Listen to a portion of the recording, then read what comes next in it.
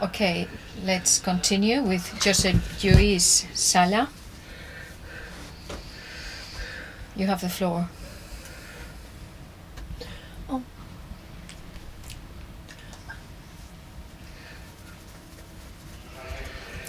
Please don't go. I have a good presentation. Okay, thank you, José Antonio. I hope to live up to your expectations. I suppose you meant the extension we created to link open source software to your applications in water treatment infrastructures? Yeah, no, that's a different thing, isn't it? Julian, your title was long, but mine is longer, I think.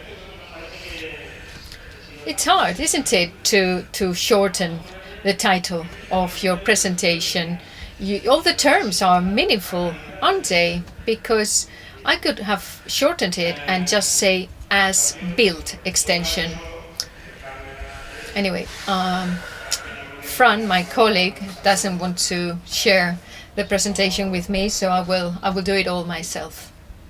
But anyway, he's here with me. By the way, congratulations, gvSIG, on your anniversary, on your 10-year anniversary. We are 10 years old too, and on our anniversary we decided to change our corporate name. We are now BGEO, but we're still the same people. Same VAT number if you want to raise an invoice. Right, these are the contents of my presentations. Objectives, background, technological proposal, data model, and some conclusions. What is this all about? Well, the objectives of this project have to do with some gas works and the need for a database collection project or program to handle these aspects. One, to to make data collection more technical. I don't know if you've ever taken part in this type of contract, public works or civil works contract, working with gas pipes and gas connections. It is very crucial to have the exact location of all elements. Number two, to geo-position gas elements on the natural gas network. Number three, to be able to ensure the traceability of all elements installed. Obviously, all the elements and parts installed should be able to be traced. Number four, ensure data interoperability, and five, to implement this in the future as a corporate IDE. Right, a pilot test was done. We had a building company, Constructora de Calaf. They contacted us, and this company is highly technological in civil works. They have these massive machines which they have themselves designed and manufactured. These machines are used to make the trenches for the piping of gas. Yes, usually all these projects are carried out with diggers, ordinary diggers, but these people, Constructora Calaf, have devised this type of machinery which does almost the whole thing: the trenching and the channeling and the piping. So this company, they're very good at what they do, but they also wanted data collection to be very technologically based.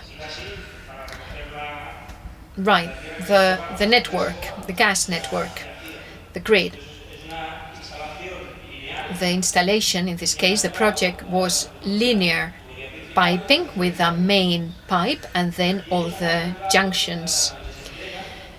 This company has a contract with Gas Natural, the gas supplier, and they are obviously given specifications on the location of the pipeline. Here you see the measurements, the nodes, the straight lines, the separation from the buildings and the facades. So while they did the trenching and installed the pipes, an operator would go and take the measurements from the nodes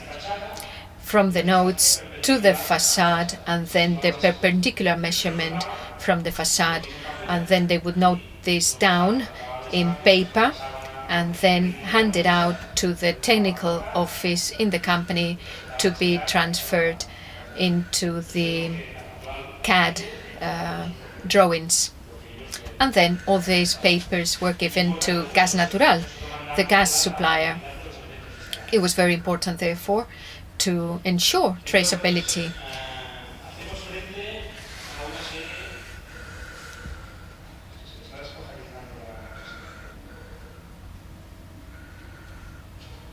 Bear with me a minute.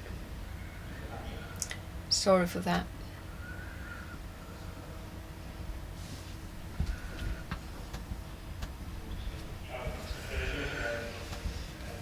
Okay. So data collection had to be made more technical. Measuring time had to be minimized. Errors had to be minimized too, because data collection was done by two people, one doing the measurements and one noting the measurements down.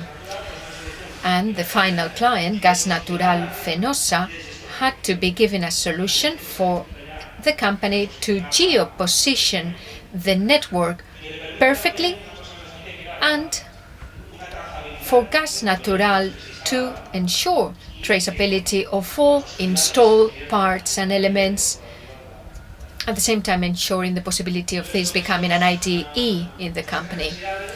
Based on those needs, we prepared a number of requirements. Technology had to be open source, data had to be interoperable, to ensure the company's autonomy. Technologies had to be provided for capturing and storing the databases in a database environment. We thought this type of environment was the best solution. Number 3, an arch node topological structure, because everything is nodes and arches, and obviously nodes have the biggest share of information. Nodes were basic, and our proposal had to allow nodes to be positioned automatically with or without a GNSS signal. If you are in the center of town and you have to position an element very, very accurately, sometimes they did not have a GPS signal. So we tried to ensure the more technical nature of the measurements. And number 5, node data had to be entered by means of forms in the field. And finally,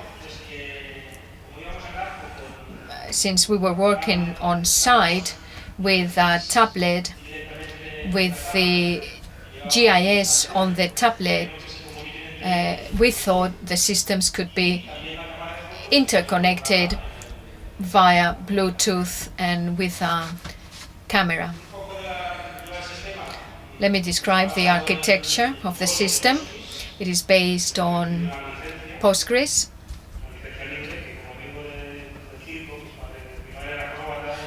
Well, my dad was an acrobat. That's why I've used the elephant image on the screen.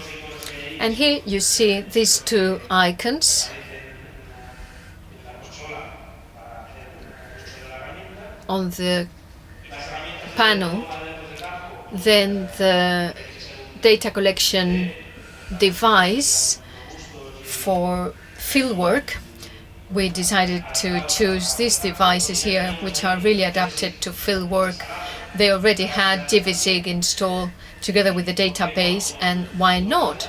In the future, all this data, which are on PostGIS, why not publish them straight away on the cloud, or why not post them on a server or a geo server, and why not a customer handler Triton. So what did we need for the nodes?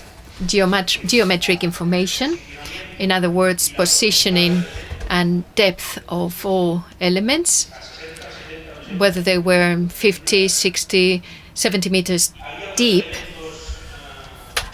There were some composite elements which are TE codes, network elements. There are some impacts, for instance, if you have a water piping or any other kind of piping, then you will have to put the symbols and the graphs. Some protections, these impacts on other services, and then they will have to be protected with some elements in some specific cases. This is another kind of node. Weldings, each element and that keeps the history of the weldings and associated information like photographs, for instance. Here you see the database and that pivots on the node element as a receptor of the highest network of information, and this could be positioned in 4 different ways. Here we have the extension that has been done, programming this in 2 different ways, and the node could be from one possible contact the elements of networks, and here we had the arches. The arch is the piping that has less data because you only need the diameter and almost nothing else. So we program this extension, work with coordinates, ATM coordinates. We should have a layer of the cartography which is of good quality, having the facade lines that's used in the UTM projected coordinates that allows doing snapping to other interesting layers. The procedures should be adapted to work with the PC table. I have some difficulties because it's not the same thing using the mouse and the click than working with a tablet. This is programmed in Java. And you can work in shape format, just the positioning, the shape format, or in PostGIS. All the extension works in PostGIS due to the link of the different forms. So you see the icons, and in the programming, Fran knows that better than myself because that depends on the CAT extension, and they use different functions of the network extensions. Here we have one of the two positionings.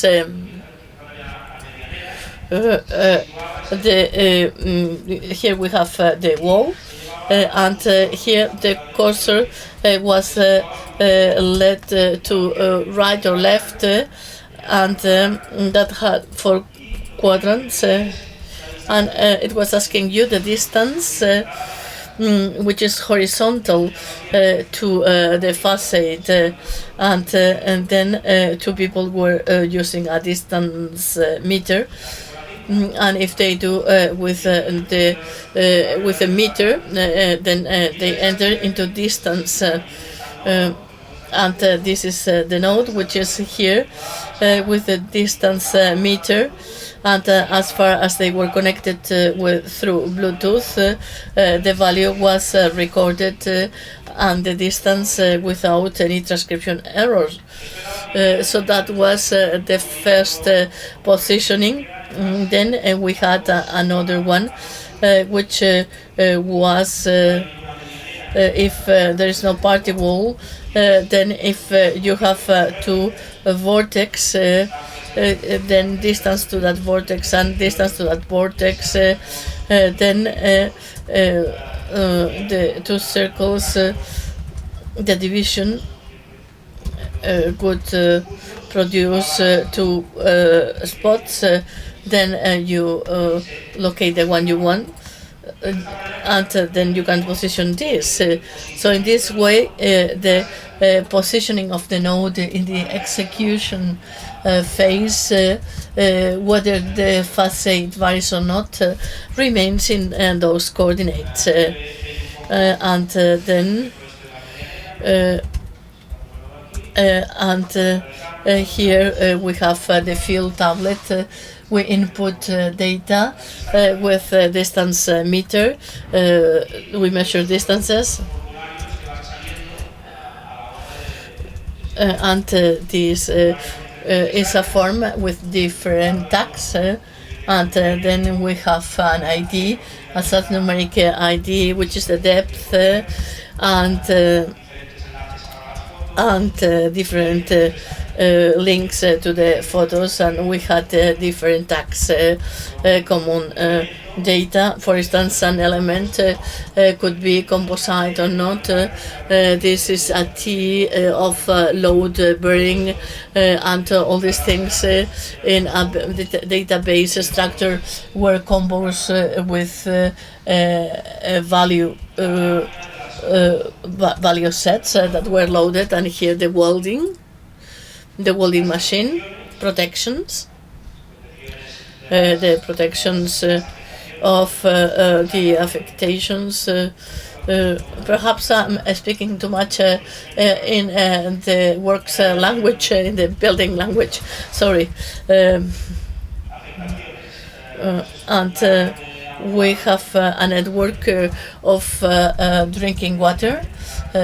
These are common data. This is the network once it has been drawn, all the nodes with the pipings. You see how quick, maybe. Well, conclusions: technifying data acquisition in the field, and this innovative company should also offer a technological solution when giving data. In this way, we could reduce time and errors when delivering the data to the final customer. Precise positioning in the same moment in which the network is given. This node has X, Y, and Z. Traceability of the different elements of the network. This is very important because at the level of weldings or production lots of the different accessories of the network, having this information and geopositioned the different lots of the different L pipes. If one of the weldings fails, And then the company has a traceability to say where are all the elements belonging to this lot, and then you have a traceability of the different elements of the network and also of the weldings done. Reliability of data, access and quick management of the information, and the possibility of transpolating the pilot towards a corporate IDE. And I think that's all. I would like to thank my partner Javier Torret, David Ariel, who is the software programmer, together with Juan, he programmed the tool, and Manel Rosella and the whole team of Calaf, which is the building company. And I'm not going to give thanks to Fran because he's there with me and is the co-presenter.